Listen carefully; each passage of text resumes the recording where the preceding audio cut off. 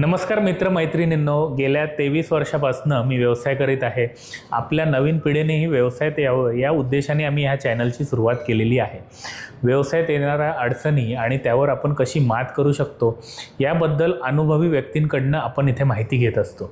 जर तुम्हाला आमच्या चॅनलमध्ये उपयुक्त माहिती मिळत असेल तर आमच्या चॅनलला नक्की सबस्क्राईब करा, तुमच्या मित्रमैत्रिणींना शेअर करा. तुमच्या एका सबस्क्रायबरमुळे आम्हाला अजून प्रोत्साहन मिळते आणि धन्यवाद.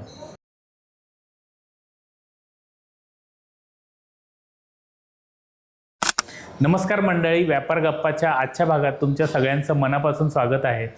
आज आपल्यासोबत एक अशी व्यक्ती आहे ज्यांनी अन्नाचा आदर करत चवीच्या जोरावर लोकांच्या मनांवर राज्य केलेलं आहे. प्रवास सोपा नव्हता. 2 वर्ष अविरत टिफिन सर्व्हिसेस चालून घरापर्यंत घरगुती चव पोचवण्याचं त्यांचा जो प्रवास सुरू झालेला आहे, त्यानंतर 2017मध्ये त्यांनी एका नवीन स्वप्नाला कष्टाला जोड दिलेली आणि जन्माला आला रिअल बिर्याणीचा बिझनेस. आज फूड इंडस्ट्रीमध्ये तब्बल 10 वर्षाचा दांडगा अनुभव गाठीशी त्यांचा असलेला चवीचा राजा आणि एक यशस्वी बिझनेस वुमन म्हणून आज आपल्या पॉडकास्टमध्ये ते आलेले आहेत. जोरदार टाळ्यांनी आपण त्यांचं स्वागत करूया. रिअल बिझनेसचे सर्वेसर्वा अर्पिता मॅडम यांचं वेलकम टू द शो. नमस्कार मित्रमंडळी, व्यापार गप्पाच्या अजून एका नवीन एपिसोडमध्ये तुमचं सगळ्यांचं स्वागत आहे. आज आपल्या भेटीला आलेल्या आहेत अर्पिता मॅडम. गेल्या 10 वर्षापासून त्या एका बिर्याणी बिझनेसमध्ये आहे. त्याचा आज त्यांनी रिअल बिर्याणी म्हणून त्यांचा जो ब्रँड आहे, कल्याण डोंबिवली इथून तो दादरपर्यंत त्यांनी फेमस केलेला आहे. आणि त्या गेल्या 10 वर्ष त्यांचा जो अनुभव आहे ह्या व्यवसायातला, आपण त्यांच्याशी चर्चा करणार आहोत. त्यांचा हा जो व्यवसाय आहे त्याचं त्यांनी कशी ग्रोथ केली, त्यांची सुरुवात कशी झाली. सो नमस्कार अर्पिता मॅडम, तुमचं खूप खूप स्वागत आहे व्यापार गप्पाच्या एपिसोडमध्ये. तर कशा आहात तुम्ही आज? एकदम मस्त. ओके. आणि सगळ्यात थँक्यू आम्हाला ह्या व्यापार गप्पाच्या प्लॅटफॉर्मवर बोलवल्याबद्दल. धन्यवाद. सो सांगा, तुमची जी ही जर्नी आहे, जी बिर्याणी बिझनेसची, रिअल बिर्याणीचा जो तुमचा ब्रँड आहे, ह्याची सुरुवात कशी झाली, जो सुरुवातीचा काळ, त्याच्याबद्दल आम्हाला जरा ऐकायला आवडेल. नमस्कार, माझं नाव अर्पिता जयवंत. मी हॉटेल मॅनेजमेंट केलेलं आहे IHM गोवावरनं. 3 वर्षाची डिग्री केलेली आहे. तर मग जेव्हा मी लग्न केलं त्यांनी पण हॉटेल मॅनेजमेंट केलेलं आहे आणि इज वर्किंग विथ स्टारबक्स. पण हा रिअल बिर्याणीचा ब्रँड सुरू करण्यामागे खूप मोठी स्टोरी आहे. मिस्टरांचा मित्र होता मिलिंद म्हणून, तो बँगलोरला एका बिर्याणीच्या ब्रँडबरोबर काम करत होता. सो त्यांनी आम्हाला फोन केला की आपण असं काहीतरी जॉईंट व्हेंचरमध्ये करूया का. कारण माझं सासर हे पूर्णपणे फूड इंडस्ट्रीमधलंच आहे. सासूबाईंचं दाजीबा म्हणून टिटवाळ्याला हॉटेल आहे, प्लस आमचा चकलीचा मॅन्युफॅक्चरिंगचा कारखाना होता. तर मग त्याचं असं म्हणणं झालं की फूड इंडस्ट्रीतले सगळे आहेत, तर मग आपण हिच्याबरोबर जॉईंट व्हेंचरमध्ये करू म्हणून. सो आम्ही त्याला सांगितलं की आम्ही तुला वर्किंग पार्टनर म्हणून मी त्याच्याबरोबर जॉईन झाले. आणि सगळ्यात पहिला आउटलेट आम्ही गोदरेजला डीमार्ट आहे त्या एरियामध्ये आपण ओपन केलं. एक 6 महिने आमचा व्यवसाय अगदी छान चालू झाला. म्हणजे दुकान शोधण्यापासूनच सगळी तयारी मी केली. म्हणजे तुम्ही म्हणू शकतात की त्या बाळाला जन्म मी दिला आणि नंतर त्याची एंट्री झाली. मग तो जॉब सोडून आला आणि आम्ही 6 महिने अगदी छान केलं. 6 महिने आम्ही हे सगळं केल्यानंतर एक दिवशी संडेचा दिवस होता. पूर्ण दिवसभर काम करून मी थोडं फ्रेश व्हायला म्हणून घरी गेले आणि त्यांनी मला मेसेज टाकला की अर्पिता तुला आता यायची गरज नाही. अरे बापरे. आणि it was really shock for me की मी एकदम 2 मिनटं म्हणजे मला कळेनाच की मी आता ह्याच्यावर काय रिॲक्ट करू. मग मी माझ्या सासूबाईंना दाखवलं. सासूबाई म्हणाले शांत राहा आणि त्याच्याशी जाऊन बोल. मग मी नेक्स्ट डे त्याच्याकडे गेले, त्याच्याशी बोलले. पण तो म्हणाला की आता मला तुझी गरज नाही, बिझनेस व्यवस्थित चालतोय माझं, मी बघेन. मी म्हटलं ठीक आहे. मी काही बोलले नाही. आय वॉज लिटरली डिप्रेस की आपण म्हणतो ना की आपलं मूल कोणीतरी काढून घेतल्यानंतरची जी आईला फिलिंग असते ना, लिटरली ती फिलिंग मला होती. आणि मी म्हटलं चला ब्रेक घेऊ आणि आपण आईकडे जाऊ. म्हणून मी ट्रेनमधून आईकडे जात होती.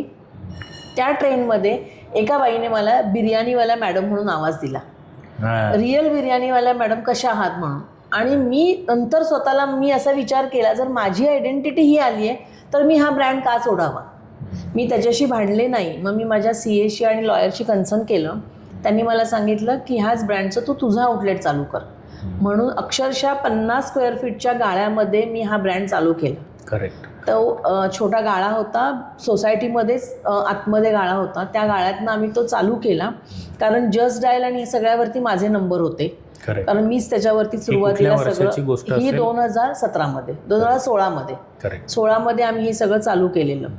आणि 6 महिन्यातच त्यांनी मला त्याच्यातनं बाहेर काढल्यामुळे ते 6 महिने मी त्या 50 स्क्वेअर फीटच्या गाळ्यामधनं सुरू केलं. साईड बाय साईड मी त्याचा रिसर्च केला आणि सर्च केलं की हे नाव अवेलेबल आहे का ट्रेडमार्किंगसाठी.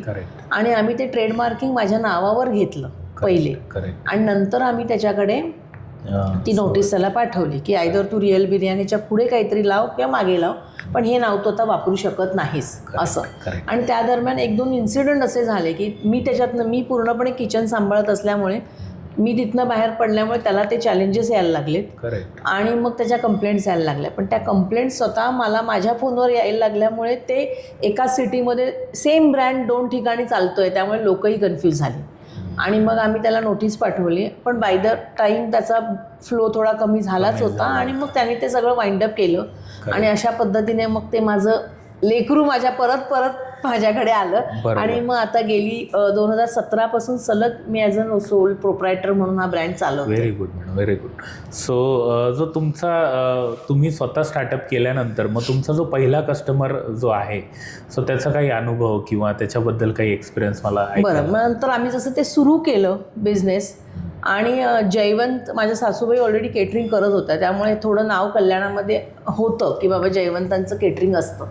आम्ही चालू केलं. मी पॅम्पलेट लिटरली मी जेव्हा सुरू केलं तेव्हा माझ्या अकाउंटला फक्त 15,000 रुपये होते. त्याच्यामध्ये 5,000चा किराणा भरला मी आणि 5,000चे पॅम्पलेट छापले. पॅम्पलेट डिस्ट्रीब्यूट केले आणि पहिल्याच संडेला 10 किलो बिर्याणीची ऑर्डर आली. त्याच्याबरोबर त्या कुकने हातच वर केले की मैं इतना बना ही नहीं सकता. त्याबरोबर खडकपाडा सर्कलला आपल्या कल्याणमधल्या रेड चिली म्हणून एक हॉटेल होतं. तिथे तो जो कुक होता, तो कुक माझ्याकडे इंटरव्ह्यू देऊन गेला होता, पण त्याची सॅलरी जास्त असल्यामुळे मी त्याला हायर नव्हता केला. त्याचा नंबर माझ्याकडे होता. त्याला म्हटलं तू कैसे भी करके पहिले आज के दिन का मैं पैसा तुझे दे दूंगी. तो आला, त्यांनी बेसिक मॅरिनेशन मला दाखवलं, बेसिक बिर्याणी आम्ही रेडी केल्या. मग सगळ्यात दम मारून मी त्या सगळ्या बिर्याणी सक्सेसफुली डिलिव्हर केल्या. त्याच्यानंतर मी ठरवलं की आता मला माझी रेसिपी डेव्हलप करावी लागेल, नाही तर हे चॅलेंजेस मला सारखे येतील. मी जरी हॉटेल मॅनेजमेंट केलेलं असेल, पण हा व्यवसाय माझ्यासाठी नवीन होता. व्यवसाय म्हटला की चॅलेंजेस येतच राहतात. मग मी सगळी रेसिपी पूर्णपणे तयार केली आणि मग त्या दिवसानंतर आमचा जो ग्राफ, म्हणजे मी त्या दिवसानंतर मागे मला बघावंच लागलं नाही, कारण ती 10 किलो बिर्याणी एवढी लोकांना आवडली. आणि त्यावेळेचा जो पहिला कस्टमर आहे, जोशी म्हणून त्यांचं नाव आहे, ते आज गया 10 वर्ष ते माझ्याकडे अजूनही तो कस्टमर सलग आठवड्यात 4 दिवस ऑर्डर करतोच.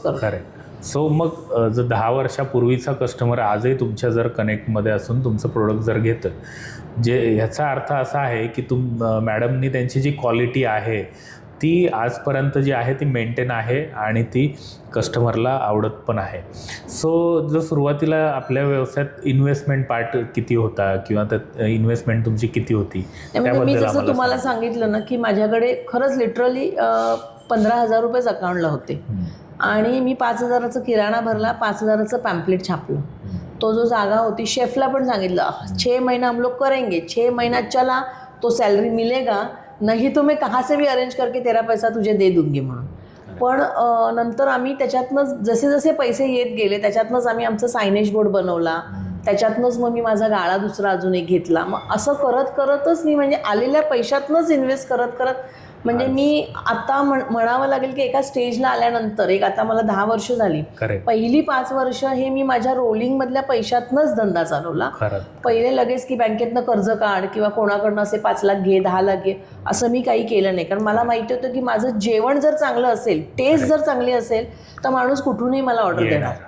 म्हणजे इंटिरियर आणि हा सगळा जो भाग म्हणतो ना, देखावा जो आहे ना, हा नंतरचा झाला. पानावर पडल्यानंतर त्याच्या तोंडात गेल्यानंतर त्यांनी वाव म्हटलं की आपण जिंकलो. हे मला एकदम क्लिअर होतं माइंडमध्ये. आणि मी कुठेतरी असं ना वाचलं पण होतं की तुम्हाला 1000 दिवस कसंही करून तुम्हाला तरायचंय. म्हणजे असे काही दिवस व्यवसायात 1000 दिवस जर तुम्ही राहिला तर तुमची गाडी नंतर ती राहतेच. तो बिझनेस तुम्ही असो नाही तर नसो, तो बिझनेस तुमचा चालत राहतो. तो या हिशोबाने मी चालेल.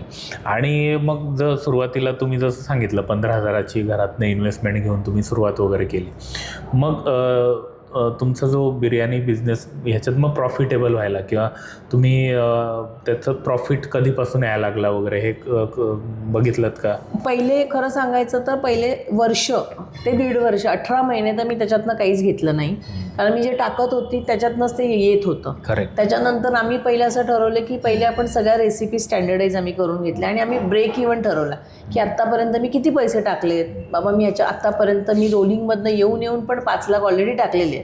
मग 5 लाख आपण पोचलो का 5 लाखापर्यंतच्या टर्नओव्हरमध्ये. मग आम्ही असं ठरवलं की एक्स अमाऊंट आपण सॅलरी म्हणून घ्यायची सुरुवातीला, जशी मी माझ्या लेबरना म्हणजे स्टाफना सॅलरी देते त्या पद्धतीने मी त्याच्यापेक्षा लिटरली सुरुवातीला मी कमीच घेतली, कारण काम मी खूप कमी करत होते असं मला नेहमी वाटतं. माझी माणसं ही माझी ताकद आहे, त्याच्यामुळे त्यांना पहिले देणं माझं काम आहे. तर त्यांना त्यांच्याप्रमाणे थोडी कमी, पण मी दर महिन्याला बाबा माझा जो बेसिक खर्च आहे तो निघण्यापुरते मी पैसे त्याच्यातनं घेत होती. आणि नंतर 3 वर्षानंतर प्रॉपर 3 वर्ष जेव्हा आमच्या व्यवसायाला झाली त्यानंतर आम्ही पहिलं आमचं डिस्प्ले आउटलेट वायलेनगरमध्ये टाकलं आणि त्याच्यापासून मग त्या डिस्प्ले आउटलेटपासून मग मी दर महिन्याला त्याच्यामध्ये आम्हाला प्रॉफिट ऑफकोर्स दिसायलाच यायला लागला. करेक्ट आहे. मग जी बिझनेसची जेव्हा हळूहळू ग्रोथ व्हायला लागली मग त्याच्यासाठी तुम्ही अजून काही वेगळ्या स्ट्रॅटर्जीज वगैरे काय वापरल्या किंवा काय त्याबद्दल सांगाल मला? हां, म्हणजे आता सुरुवातीला मी माझ्या जेव्हा बिझनेस सुरू झाला नवीन, म्हणजे पहिलं पाऊल जे असतं तर आपण म्हणतो ना, पहिलं वर्ष, मग 5वं वर्ष, मग 7वं वर्ष, हे एक वेगळे टप्पे असतात. म्हणजे 3 वर्ष आपण काय स्ट्रॅटर्जी केली पाहिजे. मग सुरुवातीला आम्ही सायनेज बोर्ड लावायचो किंवा पॅम्पलेटिंग करायचो. हे त्या बिझनेसला पूरक होतं, कारण मग त्या पॅम्पलेटमधनं ऑर्डर्स यायच्या, मग तुम्ही खाल्लं तर तुम्ही शेजाऱ्यांना सांगणार, मग word of mouth he organic growth होत गेली. त्याच्यानंतर मग 3 वर्षानंतर मग आम्ही आमचं इंस्टाग्राम पेज काढलं, फेसबुक पेज काढलं. आता असं आहे की इन्स्टा आणि फेसबुक पेज एवढं पुरत नाही, मग आम्ही कुठलेही इव्हेंट करतो, कुठे जिथे फूड इव्हेंट्स असतात तेही करतो, मग तिथे आम्ही स्वतःचं. आणि मग आम्ही आत्ताच्या स्टेजला आता आम्हाला 8-9 वर्ष झाली, आता आम्ही आमचं कॅनोपीज बिल्ड केलेलं आहे जे ब्रँडिंग करतं. म्हणजे कुठेही समजा आता डीमार्ट जिथे क्राऊडेड एरिया आहे तिथे आम्ही परमिशन्स घेऊन ते कॅनोपीज उभे करतो आणि फ्री सॅम्पलिंग करतो. म्हणजे जस्ट टू अवेअरनेस. टेस्ट घेतली की माणूस आपल्याला नंबर विचारणार आणि येणार. सो हे वेगळे टप्पे असतात, प्रत्येक टप्प्याला वेगळ्या स्ट्रॅटर्जीज आम्ही वापरत असतो. राईट. सुरुवातीला तुम्ही बिझनेसमध्ये आला जेव्हा तुमचं रिअल बिर्याणी नावाने तुम्ही तुमचं ब्रँडिंग जेव्हा सुरुवात केलं, तर सुरुवातीला काही अशा चुका झाल्या का? 2-3 चुका आम्हाला तुम्ही सांगाल की नवीन पिढी समजा ह्या बिझनेसमध्ये येऊ इच्छित आहे तर तुम्ही ह्या चुका तुमच्याकडनं झालेल्या, मग तुम्ही त्यातनं काही शिकला, मग तुम्ही ह्या चुका करू नये वगैरे आपल्या? म्हणजे मी माझी सगळ्यात मोठी चूक म्हणजे मला इनिशियली असं वाटायचं की मी सगळं एकटं करू शकते. म्हणजे मला आता उभं करायचं आहे व्यवसायात, ही ॲडव्हर्टाईज म्हणजे ही कुठलीही नवीन डेव्हलपमेंट व्यवसायात करायची आहे किंवा काही करायचं तर आपण असं म्हणतो ना, घरात सांगण्यापेक्षा आपण मित्रांना सांगावं, बाहेरच्या लोकांना सांगावं. मग मी तिथनं पैसे घेतले आणि मग पैसे ते रोलिंगमध्ये अडकले. मग काय करायचं? मग अशा वेळेला माझं आत्ताचा अनुभवावरनं ही शिकवण आहे की आपण फॅमिलीला बरोबर घेऊन कुठलीही गोष्ट करणं always better from the initial stage. भले थोडंसं ते त्याच्याबद्दल निगेटिव्ह असतील किंवा ते म्हणतील की नाही व्यवसाय काय करू नको, नोकरी कर, किंवा तरी त्यांना तुम्ही कन्व्हिन्स करूनच आपण त्यांच्या बरोबरच केलं पाहिजे, तरच त्याच्यातनं तुम्ही तुमची नैया पार होते. नाही तर मग एका सर्टन ह्याच्यानंतर आपण जाऊन तिथे स्टकअप झालो. म्हणजे असंही झालेलं आहे की लिटरली की मी आता शॉप उघडलंय, शॉप चालू आहे, आता उद्या मला चिकनवाल्याला पैसे द्यायचे, मी देऊ कुठून पैसे, माझ्याकडे पैसेच नाही आहेत. तो फोनवर फोन करतोय, मिस्टरांना विचारतं, मिस्टर म्हणाले मला तुला धंदाच करता येत नाही, तू शटर बंद करून टाक. याच्यानंतर मग मी तरीही त्याला कन्व्हिन्स करून बाबा तू आत्ता दे, ही फेज निघून जाईल, हा व्यवसायानंतर हे जेव्हा वटवृक्ष होईल तेव्हा ते आपल्याला चांगलं त्याच्यातनं फळ मिळू शकतं. असं कन्व्हिन्स करूनच मी माझ्या फॅमिलीला ऑलवेज, आणि मुळात माझी फॅमिली फूड इंडस्ट्रीतली असल्यामुळे तो एक मला प्लस पॉईंट होता. आणि मुळात सासूबाई माझ्या व्यावसायिक असल्यामुळे तो सपोर्ट मला त्यांच्याकडनं खूप चांगला मिळाला. सो कुठलाही व्यवसाय करत असाल तर तुम्ही आधी तुमच्या फॅमिलीचा सपोर्ट तुम्हाला सोबत राहणं हे गरजेचं. अजून मग काही असे चॅलेंजेस वगैरे आले की बिझनेसमध्ये समजा, अजून त्याच्याबद्दल काही सांगू शकाल का की असं मी विचार नव्हता केलेला वगैरे सुरुवातीला, की असं अचानक कुठलं मला चॅलेंज वगैरे आलं, असं काही आहे का? फूड इंडस्ट्रीमध्ये ना मेजर आपल्याला कॅश फ्लोचा चॅलेंजेस येतो आणि तो डेली बेसिसवर येतो, कारण आपण डेली बेसिसवर परचेस करतो. हा मोठा चॅलेंजेस आहे. सो ह्याच्याकडे लोक काय करतात, अरे माझा धंदा वाढवायचा आहे, मग माझा सेल वाढवायचा आहे. सेलच्या मागे जाण्यापेक्षा तुम्ही आहे तो त्या सेलमध्ये पण तुमची इन्व्हेंटरी, तुम्ही किती माल वापरला जातो किंवा तुम्ही किती वेस्टेज तुमचं जात नाही, ह्याच्यावरही जर तुम्ही कंट्रोल ठेवलात ना, तरी तुम्ही त्याच्यातनं तुम्हाला कॅश फ्लो तुमचा स्मूथ चालू शकतो. नाहीतर लोक काय सेल्स करायचं आहे म्हणून मी ही ॲडव्हर्टाईज करतो, मी ह्या इन्फ्लुएन्सरला बोलवतो, मी हे करतो, म्हणजे बऱ्याच त्याच्या मागे धावतात. रादर दॅन तुम्ही तुमच्या घरातल्या बाबा मी आज एवढा इन्व्हेंटरी मागवलेली आहे, तर ह्याच्यातली किती गेली, ह्याच्यातलं किती वेस्टेज गेलं. कारण शेवटी किती झालं तरी स्टाफ असेल तरी आपल्याला ॲज अ ओनर त्या गोष्टींकडे लक्ष ठेवणं खूप गरजेचं असतं Wien you are a small scale. Correct. So तुमचं त्यातलं वेस्टेज वगैरे पण जात असेल, त्याची पण तुम्ही कुठेतरी इन्व्हेस्टमेंट केलेली आहे आणि ते वेस्टेज जात असेल तर तो कुठेतरी मग तुमचा लॉसचा भाग होऊन जातो. करेक्ट. असं कुठलं चॅलेंज आलं होतं किंवा असं कुठला फेज आला, एकदम टफ फेज बोलतो आपण बिझनेसमध्ये, की बाबा नको मला हा बिझनेस आता करायचा नाही, असं काही? कारण अशी फेज माझ्या सेकंड मला वाटतं बिझनेस आम्ही 2016 पासून तर आम्ही या माझ्या मिस्टरांच्या फ्रेंडबरोबर केला होता. मग 2019मध्ये जेव्हा लॉकडाऊन लागायच्या अगदी 1 वर्ष आधी असं झालं होतं की सगळे स्टाफ माझ्या गावाला गेले. अरे देवा. 6 महिने स्टाफ नव्हते. आता करायचं काय, हा नोटीस देऊन की विदाऊट नोटीस? एक गावाला गेला, मग एकाची आई आजारी झाली, म्हणजे मुद्दामून कोणी मला सोडून गेलेलं नाही, पण सिच्युएशनच अशा होत्या की मी त्यांना नाही बोलू पण नाही शकले. त्या गेल्या, पण त्यावेळेला म्हणजे माहिती नाही, म्हणजे मला तर असं वाटलंच होतं की आता हे बंद होणार, संपलं आता हे रिअल बिर्याणी स्टॉप होणार. पण मी स्वतःला एकतर मी स्वतः सेल्फ मोटिवेटेड आहे, म्हणजे मला कोणी असं फार मोटिवेट करायची गरज लागत नाही, कारण हे बाळ माझं आहे ना, ह्याला मला जिवंत ठेवायचं डोक्यात होतं. 1000 दिवस आपल्याला कसंही करून त्याचं आपल्याला हे ठेवायचंच आहे. सो मी फक्त माझ्या मैत्रिणीला सांगितलं की मी तुला सॅलरी देईन दर महिन्याची, तू आणि मी मिळून हे आपल्याला चालवायचं आहे. ती तयार झाली.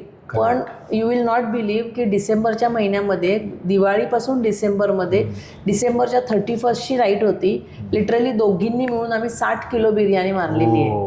रात्री 1 वाजेपर्यंत आम्ही दोघी एवढं काम केलं सकाळपासून आणि सक्सेसफुली केलं. म्हणजे आपल्याला आपली स्ट्रेंथ कळते की त्यानंतर माझ्या, हे म्हणून म्हटलं ना की त्यानंतर ह्या चॅलेंजेस नंतर माझ्या लक्षात आलं की आपल्याकडे आपल्या स्वतःचे SOPs, आपल्या रेसिपीज, आपलं स्टँडर्डायझेशन असेल तर हे, आणि जेव्हा आपण ग्राउंड लेवलवर काम करतो तेव्हा आपल्याला कोणी चॅलेंज नाही करू शकत की ये मैं नहीं कर सकता मॅडम, की नाही आता. मग मी आत्ताही स्वतः बनवून दाखवते मुलांना, त्यामुळे मुलं मला असं काही सांगू नाही शकत. करेक्ट. सो त्याच्यानंतर मग अशी फेज आलेली कधी स्टाफ, किंवा मग त्याच्यावर तुम्ही काम काय केलं, किंवा जे स्टाफचं अचानक सोडून जाणं वगैरे? सो मग त्याच्यानंतर पूर्वी कसं होतं ना, जेव्हा नवीन असतो ते आपण खूप स्टाफ हायर नाही करू शकत, कारण आपल्याला फायनान्शियल कन्स्ट्रेंट असतो. त्याच्यानंतर पण मग मी ते चॅलेंज एक्सेप्ट केलं. म्हणजे जिथे माझा 1 कुक होता तिथे मी 2 कुक ठेवले, तिथे 2 हेल्पर ठेवले. म्हणजे मी ॲडिशनल 2 ते 3 स्टाफचं बर्डन नंतर पुढे मी घेत गेले, कारण मला माहिती आहे कधीतरी कोणाकडे तरी, कोणाच्या घरी तरी काहीतरी चॅलेंजेस येऊ शकतात. मुलं माझी जी डे 1 पासून आहेत तीच आहेत, कोणीही सोडलेलं नाहीये. पण शेवटी आता त्याची आईच जर आजारी असेल तर आपण त्याला म्हणू नाही शकत ना की तू नाही जा सकता, कारण शेवटी आई आहे म्हटल्यानंतर मग अशा चॅलेंजेसच्या वेळेला मग आम्ही एक्स्ट्रा स्टाफ हायर केलेले आहे. म्हणजे आता प्रत्येकाच्या ह्याच्यात 2-2 जोडी आहेत, म्हणजे 2 शेफ, 2 हेल्पर, 2 किचन क्लीनर, हे अशी जोडी ठेवलेली आहे. त्याच्यामुळे कोणी एक जरी गेला तरी एक आता मॅनेज होतो. Very good. सो बिर्याणी बिझनेसमध्ये कोणाला यायचं आहे किंवा कोण विचार करत असेल तर मग ह्यात सर्वात महत्त्वाच्या 3 गोष्टी तुम्ही काय सांगाल की ह्या 3 गोष्टी? सगळ्यात पहिले तर आपल्याला टेस्ट फूडची, नंतर आपण जेव्हा सुरू करू त्याच वेळेला इनिशियल याच्यामध्ये आपण बिर्याणीच्या व्यवसायामध्ये, कारण बिर्याणी हा मी सांगू तुम्हाला असा अनऑर्गनाइज सेक्टर आहे. म्हणजे 50 रुपयाची पण बिर्याणी मिळते आणि 400 रुपयाची पण बिर्याणी मिळते. तुम्हाला सगळ्यात पहिले ठरवायचं आहे की तुम्हाला कुठल्या सेगमेंटमध्ये काम करायचं. माझा जो सेगमेंट आहे हा माझा प्रीमियम आहे, पण सामान्य लोकांना बजेट फ्रेंडली आहे, तो त्यांना परवडू शकतो. अशा पद्धतीने मी माझ्या रेसिपीज सेट केलेल्या आहेत. कारण मी खूप 400 रुपयाची बिर्याणी, म्हणजे तुम्ही ज्या एरियात करताय, फॉर एक्झाम्पल माझी बिर्याणी इथनं मुंबईत पण जाते. मुंबईतल्या माणसाला ते ट्रॅव्हलिंग द्यायला पण परवडतं, कारण तीच कॉस्ट त्याला तिथे मिळते पण ती टेस्ट नाही मिळत. म्हणून तो सगळ्या गोष्टींना तयार होतो आपल्या बिर्याणीसाठी. Correct correct. सो ज्यांना कोणाला हा व्यवसाय करायचा असेल त्यांनी सगळ्यात पहिले तर तुम्हाला कुठल्या सेगमेंटवर तुमचा कस्टमर बेस तुम्हाला तयार करावा लागेल की मला ह्या कस्टमरला टार्गेट करायचं आहे, आणि त्याच्याप्रमाणे मग तुमची टेस्ट ही महत्त्वाची, आणि consistency is the key of the any successful business. Correct correct. So ह्या दोन गोष्टी, तुमचं जर तुम्ही फूड बिझनेसमध्ये असाल सर, तुमची टेस्ट आहे ती कन्सिस्टंट राहणं गरजेचं आहे. सो कुठलंही फूड बिझनेस वगैरे आपण बघतो तर ह्याच्यात तुमचं जे हॉटेल असेल किंवा स्टोअर असेल किंवा तुमचं किचनचं हे असेल तर त्याचं लोकेशन बोलतात की ते एका महत्त्वाच्या ठिकाणी असावं. तर तुमचं काय मत आहे की तुमचं जी टेस्ट आहे तर ती जास्त मॅटर ठेवते का तुमचं जे लोकेशन आहे तुमच्या स्टोअरचं किंवा किचन हॉटेलचं ते जास्त महत्त्वाचं आहे? तुमचं काय मत आहे? टेस्ट जी आहे ना, taste is the foundation.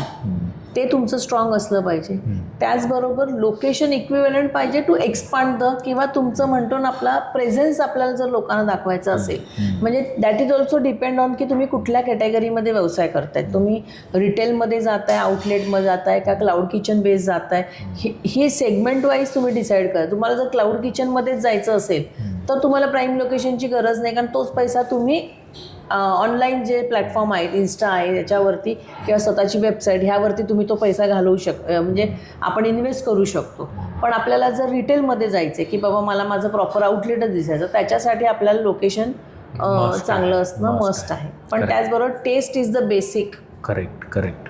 So जे तुम्ही आता तुमचा स्टाफ टीम मेंबर जे आहेत, सो मग डेली ऑपरेशन्स वगैरेमध्ये तुम्हाला काही चॅलेंज फेस होतात का, किंवा सुरुवातीला आलेले का चॅलेंज?